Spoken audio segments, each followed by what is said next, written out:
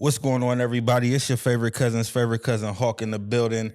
Today we have Mr. Daniel Sinclair, and he is going to do a video podcast about overcoming challenges after a stroke or overcoming challenges when you have to overcome some type of physical ailment. We have him in the studio today, Mr. Sinclair. How you doing? I'm doing well, Hawk. Awesome, amazing, happy to hear that. So, to get started, why don't you give us a little bit about your background, who you are, and what you're trying to accomplish here? All right. Well, let me. My name is Daniel Sinclair. I'm a long-term resident of Columbus, Ohio. Been here and there, but about 8 years ago, I was driving on the highway and I had a stroke, and I was fortunate enough to make it to the hospital, the Grand Hospital, and while I was in the midst of that stroke, I had convinced myself that my time was up and that I was dying. And somewhere along the line, it finally dawned upon me that God had other plans for me, that I was not dying, that I was going on a different path. And it caused me to laugh. I got tickled while I was there in the hospital. I got tickled because I said, I'm not dying. I'm on another path. And I'm excited to see what this path is going to look like. Yes, sir. That actually is very inspiring, just in a nutshell, right? So you're starting a show, a video podcast. We're gonna call it a show. What is the name of your talk of the show, and why did you decide upon that name?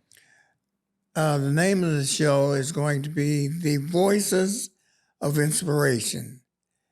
And I picked that particular title because we're going to hear from some people that I think are going to be very inspiring. That's The Voices of Inspiration. So, what motivated you to start, or what motivated you to want to do a video podcast per se? Like, what was the thing that came to you and said, "Hey, do a video podcast and bring these stories to life"? Well, I kept running into different people who had overcome some insurmountable odds, and I was always so surprised that they all seemed to have one thing in common. They had a very zest for life, and the more of those stories, I know how they inspired me, and it something spoke in my spirit to say that people should hear these stories because they're inspirational. So how do you plan to integrate your knowledge of spirituality or whatever entity that you feel provoked you to go in this path? How do you plan to integrate that into conversations on your podcast? Well, I think there's nothing more powerful than uh,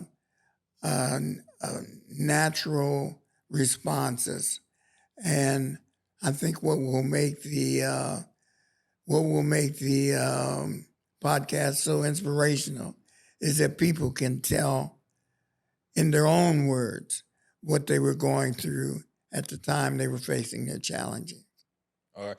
So speaking of people telling their own challenges, what kind of stories are you looking to feature, and why do you think that they're important? Well, sometimes we're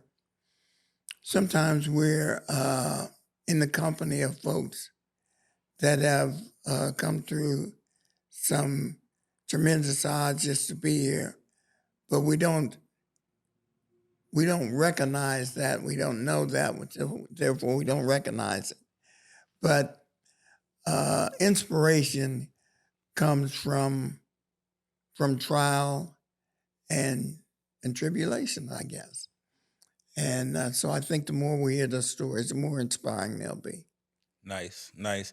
So, how do you envision the video podcast or the show? I like to say show. Yeah. So, how do you envision the show impacting listeners who may be facing their own challenges? Yes, I think that's the wonderful part about the whole situation is because inspiration just passes from person to person, and as my guests inspire others who will see it and hear it, and they their actions will go out and inspire other people.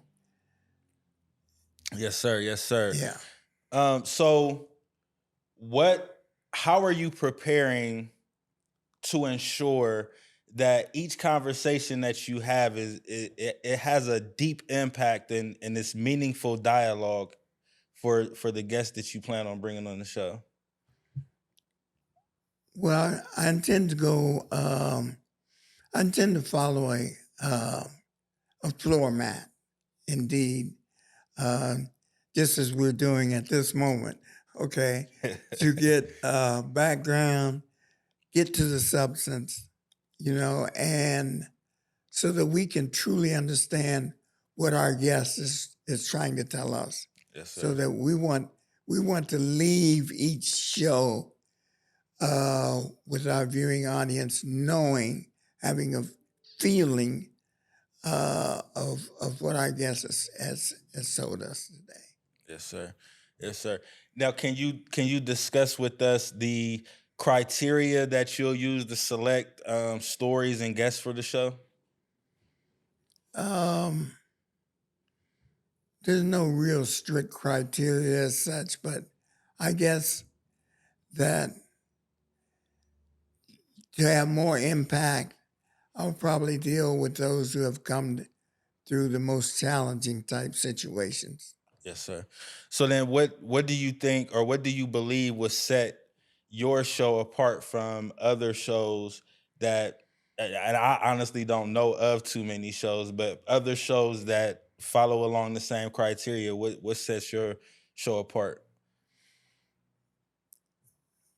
Hawk, if I got to be truthful, okay, this this this whole project is in my spirit, and I prayed and prayed on this project, and I feel that it can't fail. There's no way it can possibly fail, and I just feel that uh, I'm just doing what God has told me to do in my spirit, and I'm just going with it. Yes, sir. And I truly feel that we're going to get the message out to thousands, Yes, sir. thousands. Yes, sir. So how will you measure the success of your show? Well, through the social media. Well, each story is success, regardless if Yes, there's sir. only one person or 500,000 people. We don't know, but each story is a success. Yes, Yes. sir. That's what in my head I was saying. Well, technically, I guess each story, accomplishing the task of Yeah. getting it done and actually getting it prepared to get, released into the world, like that's success in itself. So, Yes. Right. yes, Right. sir.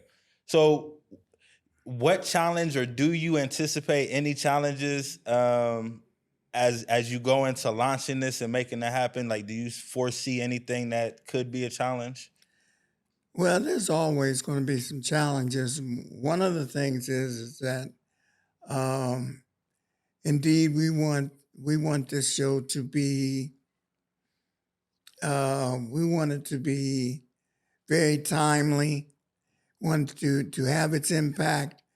We want to get to the meat of the show in the regularity. Also, uh, the infrastructure. Probably need to have sponsors to allow us to get the message out the way we want to, Hmm. and that's the way we have to structure things. Yes, sir. So I personally know that in continuously dealing with these types of projects? When you love it, like you just love it. Like I can do something that I love all day, every day. But then there's those times where, like the project we just did, where I just kind of got burnt out. Like now I'm just Mm. like, So how do you intend to stay inspired and maintain your zest for this project? Mm. Well, I've been inspired ever since that fateful day when I was having that stroke, Yes, sir. and I've been bursting, uh, trying to find a way, to tell these stories. Yes, sir. And as always, like I say, it was in my spirit. God put it in my spirit, and you know how you've been on when you feel something you can't sleep Yes, at sir. night. You're thinking about it at night, and you're thinking about it during the day. I'm Mhm. excited. Yes, sir. Yes, Yeah. sir. What message do you hope to send to your audience through the show? I want to send a message of faith and endurance, and I think the real message is that we just have to love and care for each other, and and just keep going. And I think that people are inspired by our actions, and so we pass it on. We get it, we pass it on, and you never can tell how many people you inspire. Yes, sir. Yes, sir. As we look to the future, what are your long-term goals for the show?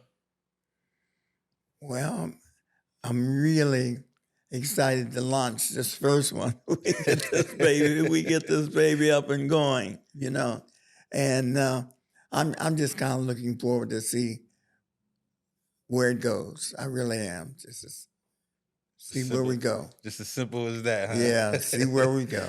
Yes, sir. Do you have any last words you would like to share with our audience today? We'll be with you real soon, and I think you're going to be uh, uh, pleasantly surprised. Yes, sir. Yes, sir. Ladies and gentlemen, that is Mr. Daniel Sinclair. It is your favorite cousin Hawk. Coming up on Sunday, March the 17th, we are having our first annual Sunday after church event. It'll be live entertainment. There'll be finger foods. We'll serve dinners. It's an event where people can come after church. It'll be a gospel setting. So it'll be gospel music being played. It'll be a good time for people to come and enjoy the scenery, enjoy to network, to be involved with the community and do something constructive on Sundays. Make sure that y'all look to greenroom97.com, Greenroom97 on all social media platforms. It's your favorite cousins, Hawk, and we are out of here. Talk to you all soon. Peace.